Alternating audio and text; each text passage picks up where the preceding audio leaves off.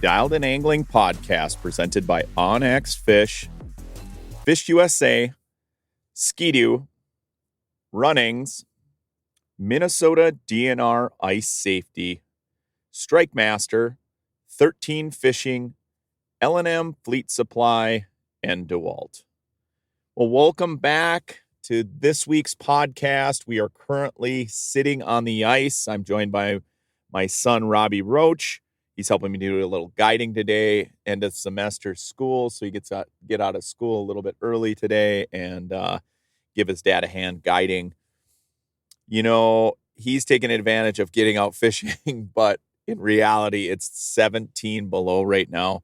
We're sitting on the ice. It looks like, you know, wind chills and, you know, actual temperature is 17 below, but with wind chills, the real feel is around 30 below.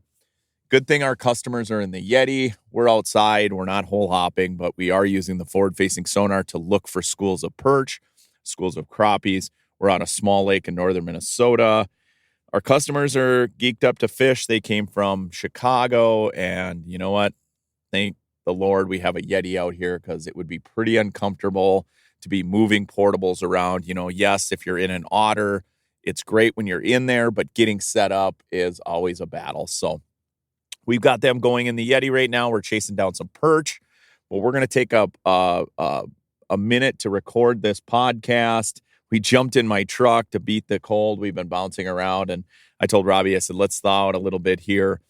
This week, I want to talk about underwater camera use. I also want to talk about finding fish in these extreme temperatures, where we like to look for fish, where to set up to have high percentage to get these fish to come to you, whether you're chasing walleyes, whether you're chasing panfish, perch, whatever it may be. Because, you know, realistically, in temps like this, you're not going to be out hole hopping.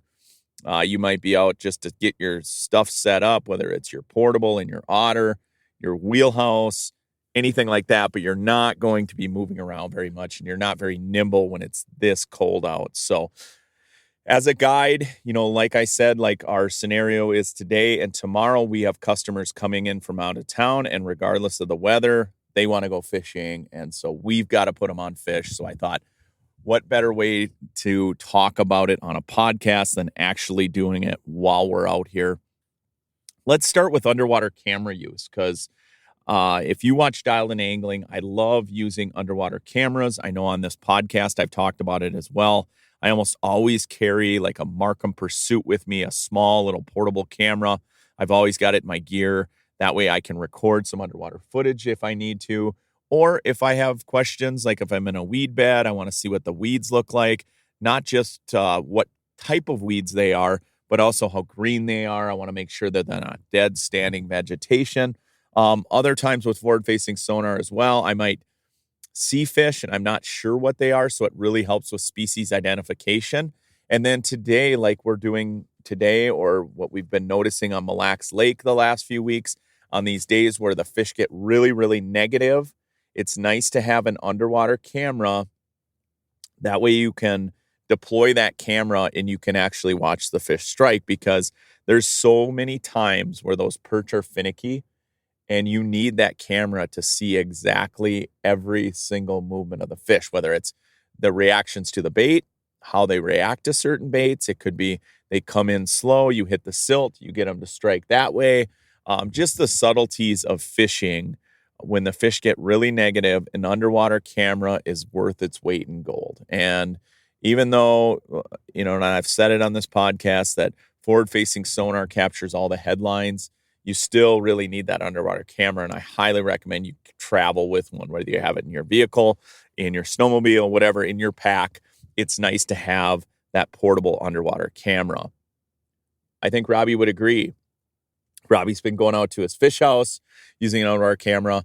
Not only is it a useful tool, it's super fun. I know this week I've had customers out with kids, and if it weren't for the underwater camera, they would have been done probably mid-morning, but instead we had it hooked up to the big screen TV. They lasted all day. They loved it. They never wanted to leave the wheelhouse. They just absolutely were in love with the camera. So if you're looking to get your family out fishing, it's a really good way to keep people's interest and keep them continually fishing. Wouldn't you agree, Rob? Yeah, definitely. So just recently, I brought my underwater camera with me to my fish house, and I was interested to see what the bottom looked like. So I dropped it down, panned around, and there's tons of rocks and boulders and all sorts of stuff like that. I also got to see multiple walleyes come in, and each walleye has like their own attitude when they come in. Some come in flying way up high, like a couple feet off the bottom. Others would kind of just slink in and just look at your bait and then keep moving. I even had one brush up against my spoon, but it didn't even bite. Just kept its mouth closed, just checking it out. So I thought that was really cool. It is cool. And, the other thing about that underwater camera usage, it helps you identify spots to get set up on. Like a day like today where it's extremely nasty, we want to get set up in an area where they have the best chance to get fish cruising to their location. You alluded to on Mille Lacs, you set up and you saw this really cool rock formation you were on. It's hard to see that sometimes with 2D sonar, especially, or forward-facing sonar. Yeah, with forward-facing sonar, you can identify rock, but really to get that camera down there to see you were kind of in that marbly rock surrounded by big, huge boulders, having that underwater camera to identify that spot then in turn helps you get set up in the exact location. A lot of times I tell people you got to be on the spot, and using that underwater camera helps you get to that spot on the spot, whether it's in the rocks, whether it's in weeds, whether it's in timber, it could be a sand rock transition, whatever it may be, it gets you on the X. And that's important for setting up on days like today where it's extremely cold and you want fish cruising to you. Prime example, we have our customers set up in a little depression right off a structure, but I would classify it as a basin, but it's a really small, little deep part of the basin. And when we shine the forward-facing sonar down, we could see multiple schools of perch kind of cruising around. We saw some crappies up high. It looked like maybe some pike chasing them as well. And so that was a perfect area to kind of get them set up. The fish weren't right underneath our feet at the time because we drove up. They drove their trucks. I had the wheelhouse, but there were fish around the area. We had a good school of perch about 50 feet away. You could see multiple fish kind of in all directions. And that is the type of situation I'm talking about, getting set up where you can stay there. You don't have to rely on mobility to get fish to cruise to your location. Now, if you're using an underwater camera in a weed bed or on a weed flat, I like to be in these areas where, I'll drop my forward-facing sonar down. Let's say it's a 12 to 15-foot weed bed or a 10 to 15-foot weed bed, and I'm kind of in that 12-foot range, standing stock cabbage. Love that scenario for catching all species of fish, but particularly panfish. If I'm in that area, I'll kind of scan around with my forward-facing sonar, and I'm looking for fish in my region and seeing how many fish are in the area, but I'm also looking for that standing stock cabbage. I don't want to be in the thickest part of the cabbage, but I don't want to be in an area where it's a lack of cabbage because they like going from weed bed to weed bed. And so I'll get an area where it's sort of a good mix of weeds. And so that is where I'll get my underwater camera out and I'll get in these areas and I'll start dropping it down and I'll be like, okay, this is good vegetation in here. This is good standing vegetation. Great area to get set up. And then, of course, once you get set up, using that underwater camera to catch fish. Robbie, you and I did it with dialed in angling when we were out fishing big stone, catching bluegills. You and I do it all the time when we're fishing panfish in general. I can't think of a better way to spend a day when it's 35 below than sitting in a house where it's nice and warm. You've got the underwater camera down, whether you're in a portable or whether you're in the hard house. That passes the time, no doubt about it. One of my favorite ways to ice fish, hands down. Yeah, I 100% agree. Just sitting in the wheelhouse, you have an underwater camera, forward-facing sonar down. It makes it way more entertaining. Plus, you're warm. You're on the couch, basically. You're catching fish from basically the couch. And it makes the day so much more fun when you get those interactions. 2D sonar, you can mark the fish. You can see them come up. But having an underwater camera, you can see that whole personality of that fish. You could see the size and what their mood is and how they react to if you drop to the bottom or you jigging it up or you just letting it sit there. It's just way more entertaining to see how those fish come in. And it just tells you the whole story of when you catch that fish.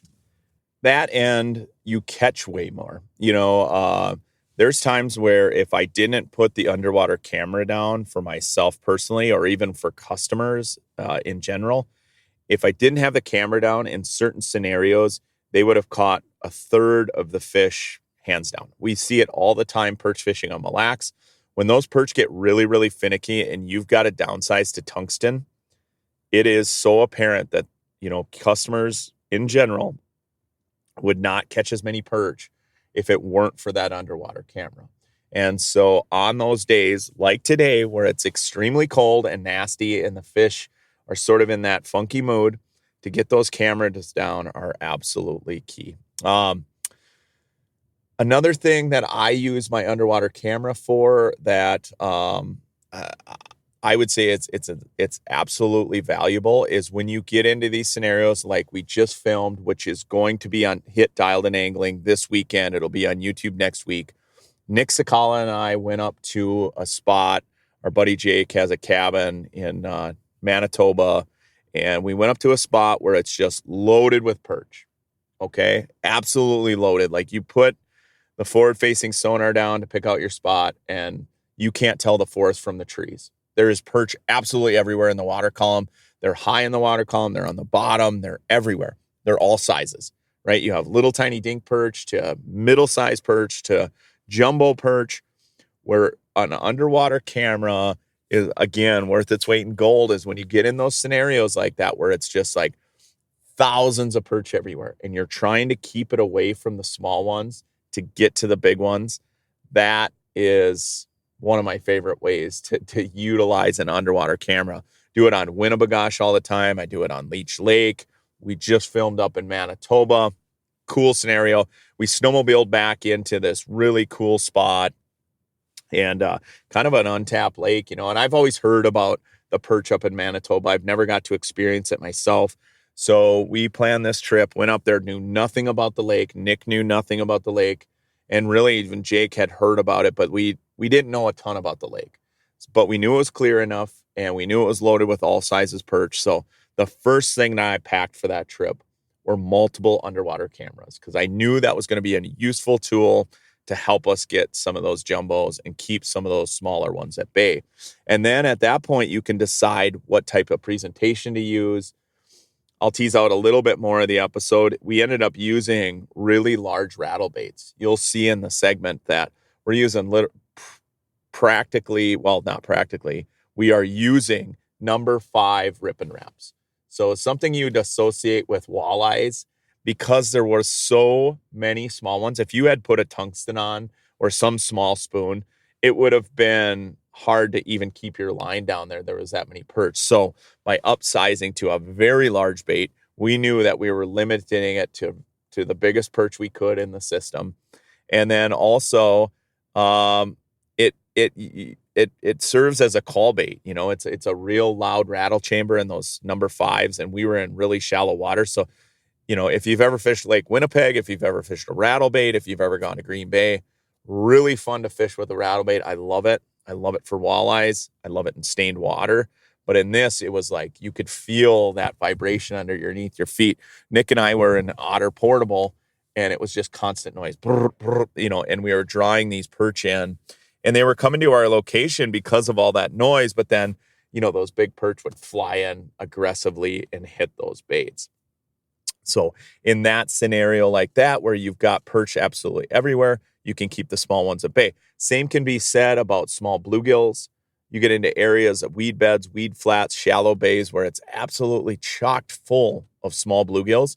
You can keep away with the small ones and only catch the bigger fish or the desired fish that you want to catch. And so many times in that scenario, I've just kept it away from fish the entire time with an underwater camera and waited for those big ones to come in and waited for those big ones to strike. And if it weren't for the underwater camera, it would just be constant all day of these really small bluegills stealing your bait. And, it's just, for me, it's more fun in that scenario. Have a camera down, and then all of a sudden you see those big bumps on their heads coming in, those giant gills. We experienced it a little bit in Big Stone. I can think of a ton of bites around home where you can fish shallow weeds. And this year, because we have little or no snow, a lot of these vegetation spots are still super nice and green and ripe. Even though it's super cold out, I have no hesitation fishing shallow water. As a matter of fact, we're going to take a quick break. When we come back, we're going to talk a little bit more about fishing. First of all, shallow water situations, weed beds, what to look for in weed beds. I talked about it a little bit last week on the podcast and 2 weeks ago. If you tuned in, we were talking primarily shallow water weeds when it came to crappies. But I want to touch more about shallow water vegetation for jumbo yellow perch, and then, of course, bluegills. So stay tuned. We got more dialed in angling after this. The cold months are rolling in, but that doesn't mean the adventure slows down. There's only one way to make the most of winter, with the 2026 Ski-Doo lineup. Whether you're heading deep into your favorite fishing spots or carving your own path off the grid, Ski-Doo is built to take you there. And there's a reason Ski-Doo has been the best-selling snowmobile brand for more than 2 decades.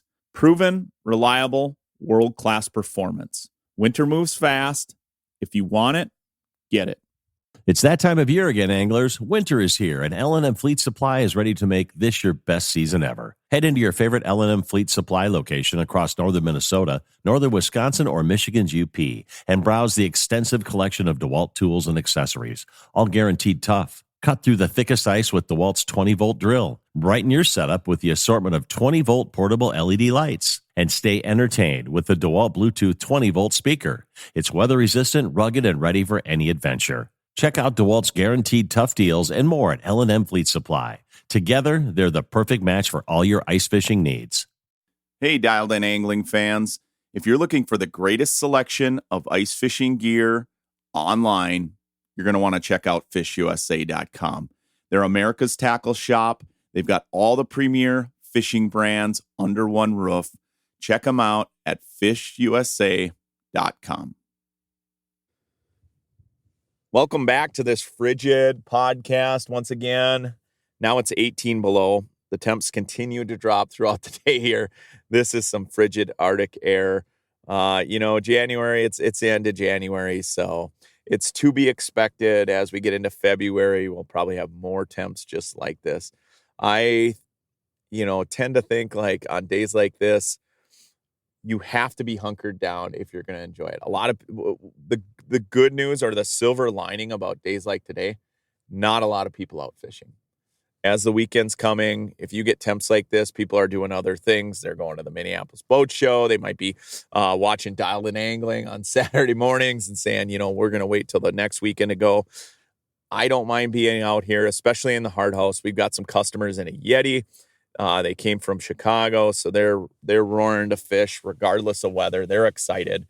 And so as guides, we've got to make sure we're keeping them on fish all day long. So right now we started in a sort of a depression in a basin, but it's a shallow water basin. It's only about 19 to 20 feet deep. The little depression, I would say, is 22 feet deep. So there's just a small little area. If they don't get fish cycling through that area, my next move is going to be some shallow weeds. I know there's a little depression area in the weeds. Those are great areas to look for jumbo perch. Any sort of little depression, for whatever reason, perch like those depressions. So if you're on a really shallow flat, and the depression could only be maybe let's say it's only a 2 to 3 foot difference in depth, look there. Look along those weeds. But those perch like those little depressions. If you're up on a big flat, something little. The other thing that perch really key in up on those flats is it doesn't even have to be a weed bed. It could be a sand grass or a dark bottom where those fish can kind of cruise along that sand grass. So again, using an underwater camera to identify those sandgrass spots versus just the sand flats. I did it for years and years and years on Winnie, on Leech. Walking around, dropping the camera down, looking for those spots that hold fish. I can't tell you how many schools of perch I've found over the years by dropping an underwater camera down. Even now with forward-facing sonar, if you get any sort of vegetation or small rock on the bottom, it's really hard to see those jumbo perch up on those shallow flats. It just is. They're so tight to the bottom. Until one fires up off the bottom, or if they're aggressive and moving, you can see them. But otherwise, it's hard to see them unless they're within, 20, 30, 40 feet of the forward-facing sonar. And so that's where it's nice. If you get into a flat area where you've got sandgrass, you've got a little bit of vegetation down there, or even some rubble, to get on top of those spots and drop the underwater camera down. It's amazing when you drop that camera down, how many perch will come into the camera. I've had it where I've just about dropped the camera because I saw so many jumbos and I was so excited to get the portables set up and get my customers over to those spots, because then it's game on. And that's the fun part about perch fishing is like when you get into those areas, they're absolutely firing. And on a day like today, that's the exact remedy you need to lift your spirits up when it's 17 to 20 below actual temperature. If you're in the wheelhouse whaling on them, you don't care what the temperature is. So we met this next move, like I said, with the customers that are behind us here, Rob. If they aren't catching them, we're going to slide them up. There's an exact area that I just talked about where it's a little bit of a depression. We're going to get the customers moved up there into the weeds. What's cool about when you catch fish shallow is, for the most part, they're aggressive. They're up there feeding for a reason. And I can't tell you how many times I've been up there where in the shallow weeds catching perch, and you catch walleyes, you catch northern pike. There's bluegills that come in on occasion towards evening. You can catch crappies, especially in those little depression areas. And so vegetation is key. And some years the vegetation dies off by now. That's not the case right now. With no snow, there is super good green cabbage. All of the vegetation on the bottom, for the most part, in these clear lakes looks really good right now. And, if you watch Dialed In Angling over the course of this season, there's been a lot of scenarios where we fished extremely shallow all year. Yes, there's been a few basin situations.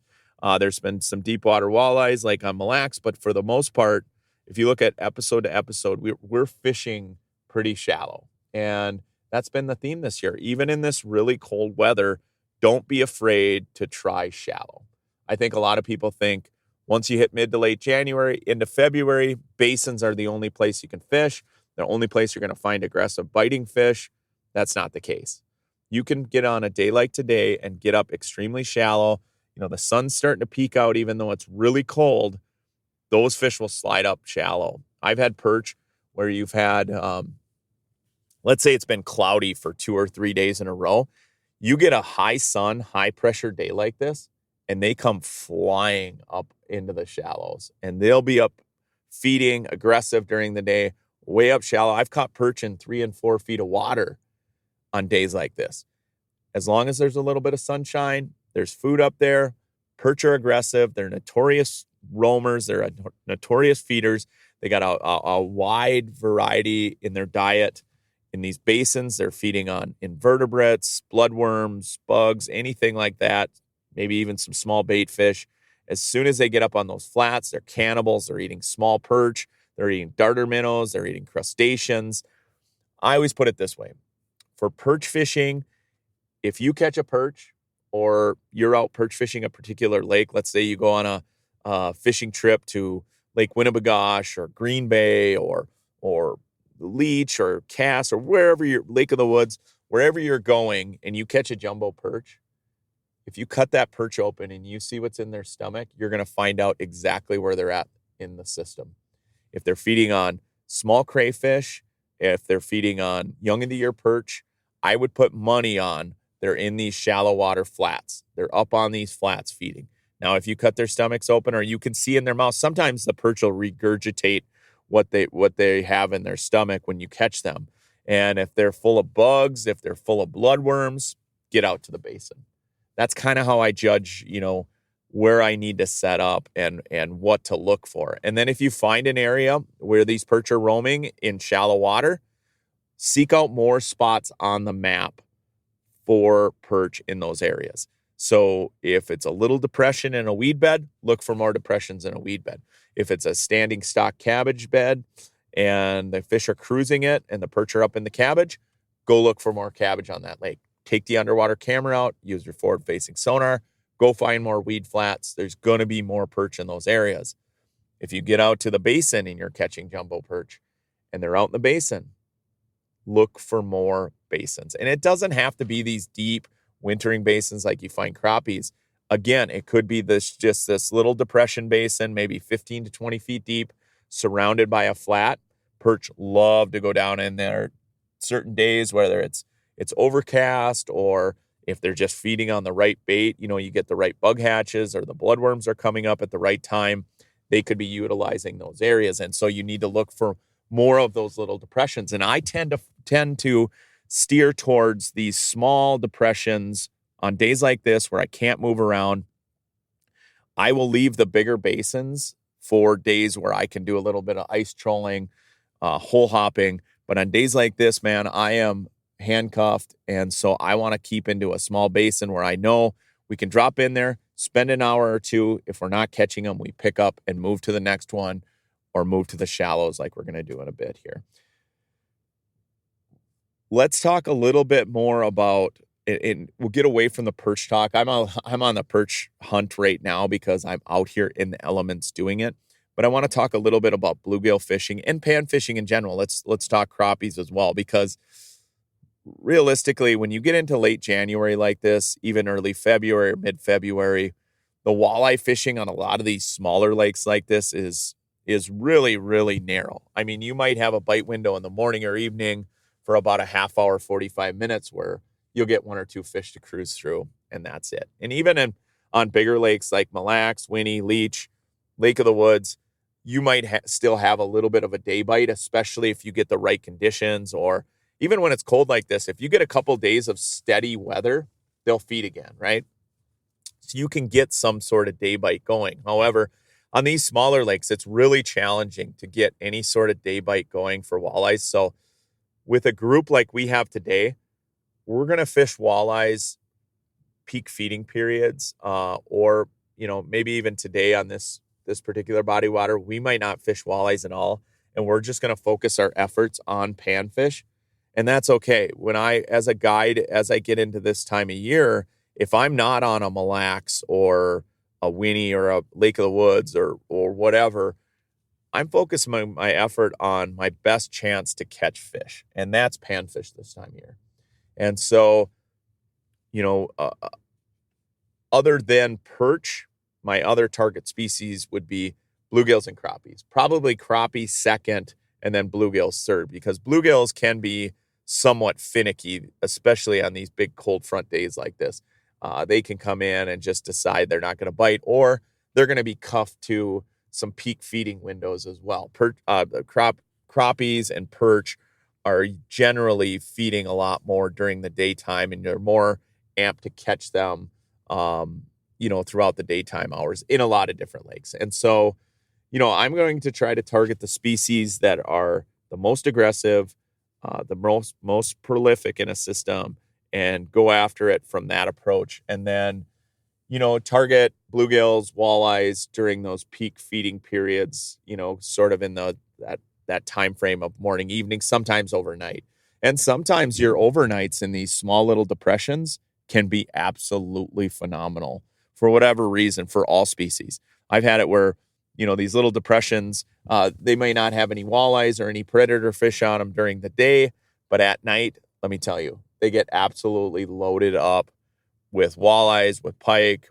I've even had burbot come up out of, depending on how close it is to or adjacent to shallow or deep water. But I've had them come up and then search these depressions. And so great areas to set up your hard houses. Robbie, I know you were just out with some buddies. You were fishing a small lake close to home. I know you were targeting fish in somewhat of a shallower basin. And one thing you told me on the way here that stuck in my mind, and it was, fish were all over down there. There were schools of fish kind of in that mid-range, 15 to 20 feet. But every big crappie you saw was way up in the water column. Yeah, for whatever reason, just panning around with the forward-facing sonar, you could see schools of crappies. And you can see the little bit bigger ones were up higher, 15, around 20 feet. But here and there, you'd see one or two just absolute boulders sitting up just 5 to 8 feet down, just below the ice. Even though it's a basin, they're up way up there in the water column for whatever reason. If they're finding bait, bugs floating up, whatever, those big crappies are feeding way up there. And a lot of them are spooky too. Like, you have to just sit there and wait for them to cruise through, and they just creep right in. And usually if they see your bait, they absolutely come unglued for it. And that's why I brought it up, because that happens a lot. That scenario happens a lot where the bigger panfish are up high in the water column. It happens a lot as well where the bigger panfish are up shallow. And so if I'm targeting big panfish, I am hardly ever shining my forward-facing sonar out to a deeper basin where there's hundreds and hundreds of fish or whatever. If I'm looking for big panfish, I'm looking for those singles or those doubles, those smaller schools of big fish that are up high.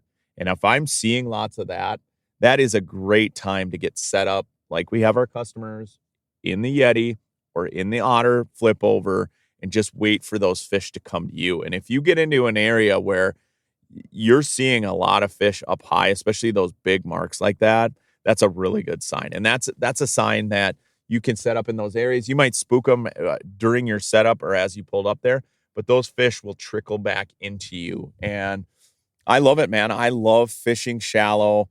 I love targeting fish that are up in the water column. I like picking out individual fish. The hunt for fish is what drives me as an angler.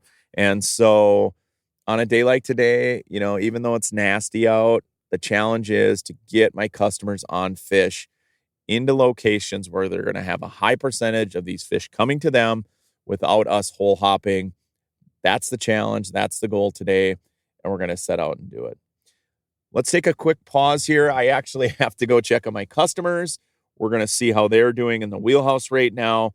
When we come back, we'll talk a little bit more about panfish. I want to talk a little bit more about this upcoming Dialed In Angling episode. Of course, the weather, stay warm out there. The next week or so looks like it's brutal. So stay tuned. We got more Dialed In Angling coming your way. OnX Fish is the best tool I have ever used for finding new lakes to target. Quickly filter lakes by species, then select trophy potential, high abundance, keeper potential, or high stocking effort to find the fish you're after in the size and the numbers you are trying to catch. Download from the App Store today to get research tools for the serious anglers and beginners alike, giving you the data to target the right lakes and the confidence to get there.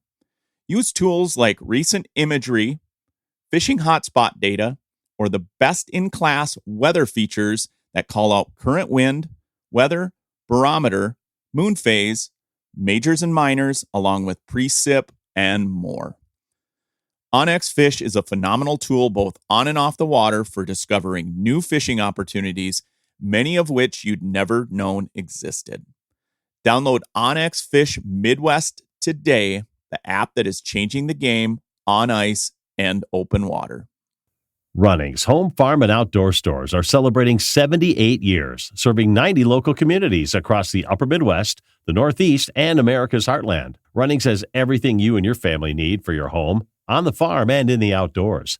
Lawn and garden, hardware, farm and ranch supplies, sporting goods, housewares, snacks, and everything for your pets. Go to runnings.com to find one of the 90 locations near you, or shop online anytime at runnings.com. Runnings, your home, farm, and outdoor store. There is nothing quite like Minnesota winter. Whether you want to try ice fishing, ice skating, or ice boating, make sure you know the risks and how to play safe on the ice.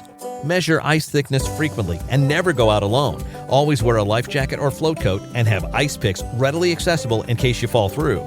Playing on the ice can be fun, but it's never 100% safe. Learn how you could play safe before you go out. Safety is always in season. A message from the Minnesota DNR. This week's fishing report brought to you by Minnesota DNR Ice Safety.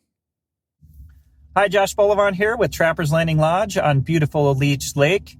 Current ice conditions are great across the lake. We are seeing 22 plus inches of ice. Some areas are seeing 26 plus. need to bring that extension with you, especially after this weekend and the cold weather coming in. You're going to want that extension.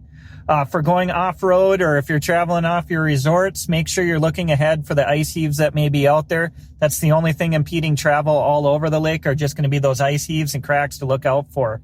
The walleye bite continues to be a little bit inconsistent this week, as the weather was inconsistent. Still an evening, nighttime bite. Full set minnow underneath the set line.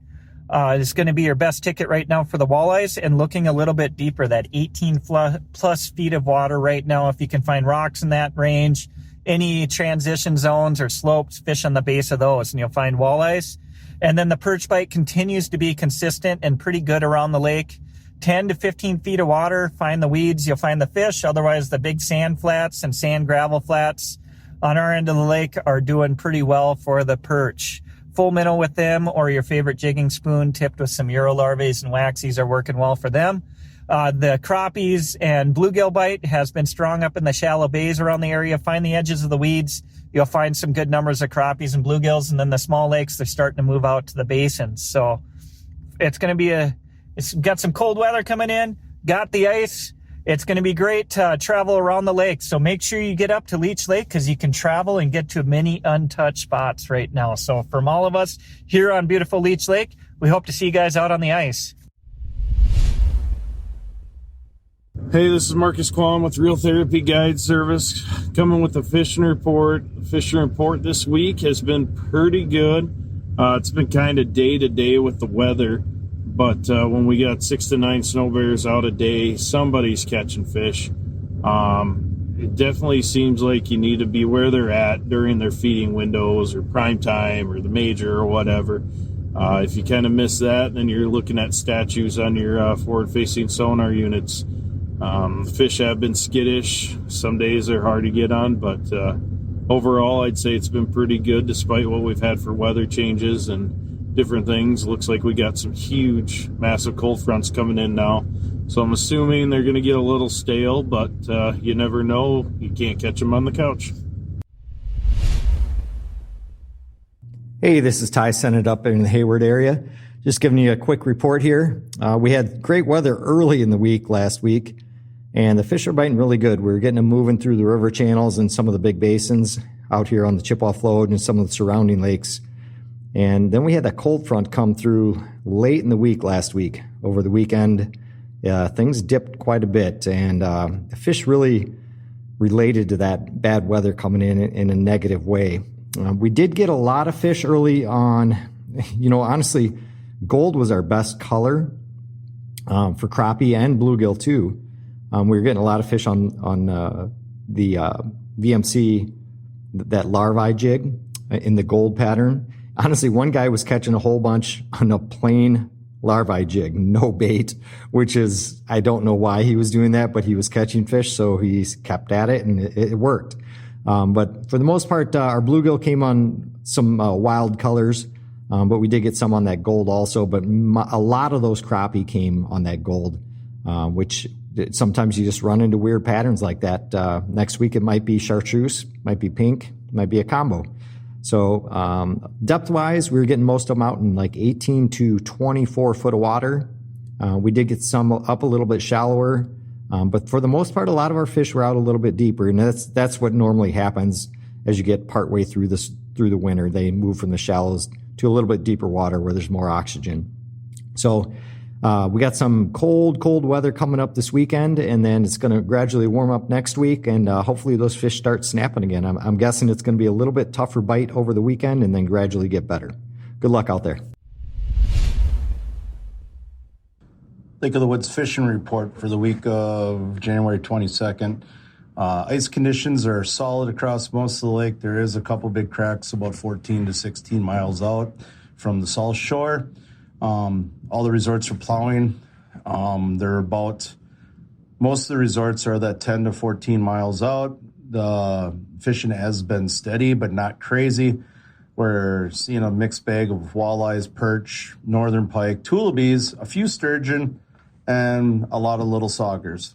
The torpedo spoon tipped with a minnow head or a straight number 4, number 6 glow hook have been the tickets lately. The Rainy River, really good bite in the morning and the evenings. And there's quite a bit of fish still in the river. And the Northwest Angle is putting out some really nice fish up at Flag Island Resort area. Drake Roach with TR Guide Service in the Brainerd Lakes area. The walleye fishing is pretty good despite this cold weather that we had and that we're coming this weekend. A lot of rental houses, I'm sliding out a little bit deeper in that 26, 30-foot of water range. Customers are catching fish using dead sticks, rattle reels, smaller size fatheads and rainbows, downsizing the jigging presentations to 1/8 ounce, even 16th ounce jigs at times with a small minnow head. And we're catching fish. Crappies are still out in the basins. They're moving a little bit slower, so you got to use some slower, finessey, more techniques. Same with bluegills up in the weeds. Downsizing has been key in this cold front to catch more fish. This is Trig Roach. We'll see you in the next one. Guys, Remington Moran here with Elite Angling Adventures up here on Leech Lake, coming to you with a fishing report.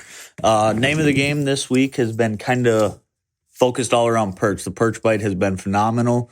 Anywhere in that 14 to 18 foot on sand to mud transitions, or there is still some fish a little shallower in that 11 to 13 foot on the edges of the weeds, but I would expect those fish to be starting to push out. There has been a walleye bite going on in the 14 to 18 foot depth, but it's just a flash bite into dark. Same areas where you're catching those perch, stay a little bit longer and set up for some walleyes. Dead stick has been the best. Tip that with a big fathead or a smaller shiner. And they've been really quality fish. A lot of those fish in the mid-20 range. And panfish, they are still relating to weeds, in that 7 to 9 foot range. But perch has definitely been the name of the game, and it will only continue to get better from here until that magical March, April, late ice perch bite. And come up, bend some rods, and have fun. All right, we're going to wrap up this podcast this week. We were talking shallow water situations, also putting yourself in the best position to catch fish on these giant cold front days. We just got done moving our customers. They were in like that 22-foot range. We moved them up into about 14. So far, the pike have found them. Robbie was setting them up, and they were already catching pike. But you know what? Where there's pike, there are perch. I always say that, if you're finding pike in an area, if you're looking for jumbo perch, especially in northern Minnesota, up on these flats, we're on a little depression now on this flat. This is a good thing. We saw perch on the forward-facing sonar. Actually got my truck buried a little bit. Always carry a strap with you when you're out, especially on these days like this where it's a whiteout. You've always got to have the right tools. Otherwise, we'd still be stuck there not recording the rest of this podcast. But like I was saying, wherever there's pike, there's perch, So we got up here. We saw some fish. We did see some pike around on forward facing. And of course, they're already starting to catch them with the spoons. But that's a good thing. That the perch are near. What I highly recommend too is like if you get some of these smaller pesky pike that won't leave, if you're into keeping smaller pike for pickling, they're excellent table fare. Get a pickling recipe and keep some of these smaller pike. They're excellent. I love it. I don't really like pickled fish, to be honest with you. Like if you just buy pickled herring from the store, it's okay. It's sort of fishy. But if you do it yourself and you make pickled fish out of these little pike, they're fantastic. Plus, if you get them out of the water, they're not going to be bothering you anymore. Those perch will come back to your locations. But once again, in this cold weather, you got to pick these high percentage areas. What's nice about moving the Yeti, it's push button hydraulics. I literally moved that house with my remote. I hardly even had to get out of my truck to move it. We spent, maybe 2 minutes moving the house and then another 15 minutes getting my truck unstuck. Had I not got my truck stuck, you could keep that house moving just as quick as you can move an otter flip over. I mean, it's that easy, and so it's nice. So we're going to keep working these depression areas. We're going to work shallower as the day progresses. We're going to slide back out and get into some of these depressions that are closer to, let's say, humps where these crappies and bluegills and perch will be sliding back in. And we're going to make the best of it. Even though it is 30 below wind chill right now, my customers don't have a clue. They're having a ball. They're catching fish. Hope you do the same. Get out, experience some good fishing, even though it's cold. If you've got a wheelhouse, even if you got an otter, bring the right things with you. Make sure you've got plenty of backup heat sources, a strap like I have in my truck in case you get stuck. Of course, lots of snacks, lots of food. Don't stray too far from home. Always have your cell phone with you, and you can have a great experience, even if it's this cold, if you pick these high percentage areas. So I hope you tune into this week's episode. This week's episode, once again, is Manitoba perch fishing. I think you'll like it. There's a lot of underwater camera use. We did all right. We caught some decent perch up there. I had a good time exploring. I always like seeking out new lakes in new regions. Anytime anybody wants to go perch fishing in the winter, I'm in, especially when it comes to exploring. This episode, we definitely did some exploring. We landed on a pile of perch. We sorted through the small ones to get the big ones, but some of the underwater footage is absolutely epic. So tune in this week. Catch it on YouTube. Once again, thanks for tuning in. Thanks for listening to the Dialed In It podcast. Hopefully you can get out fishing this weekend. Robbie, thanks for jumping on with me. We're going to make the most of it. We're going to do our best to keep customers on fish all weekend. Until next time, I'm Tony Roach. This has been the Dialed In Angling podcast.